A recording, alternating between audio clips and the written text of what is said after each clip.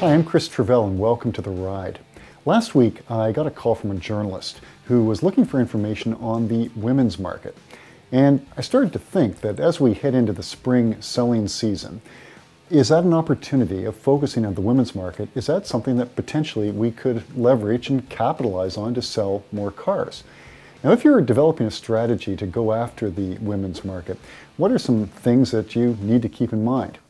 Well, first off, let's take a look at both countries, the US and Canada, to see who is doing a good job at attracting women to the brand. Starting first of all with Canada, the top 5 brands are Mini, Fiat, Mazda, Hyundai, and Mitsubishi. And those are the top brands that have a woman as the primary driver of the vehicle. What about in the US? Well, again, Mini, Kia, Volvo, Fiat, and Mazda have the highest incidence of women as the primary driver.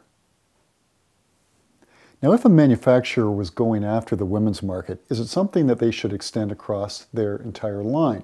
Well, the numbers would suggest not to do that. In Canada, women tend to be overrepresented in subcompact and compact segments, not so much in luxury and pickups. In the US, more for compact, small SUVs and small cars, and not so much in sports cars and in trucks. So what can we learn from looking at the numbers I just showed you? Well, I think first and foremost, if you're a manufacturer who is going after the women's market, from an execution standpoint, it really needs to be done on a segment-by-segment basis because, as we just saw, certain segments appeal more to women than others. And this is especially a challenge if you're, for example, a manufacturer who has a full line.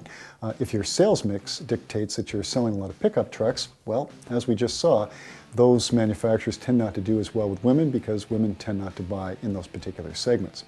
Now, over the next couple of weeks, I'm going to be digging a little bit deeper into some of the issues around the women's market, looking at purchase reasons, for example. So I hope you can come along, and again, thank you for joining me today on The Ride.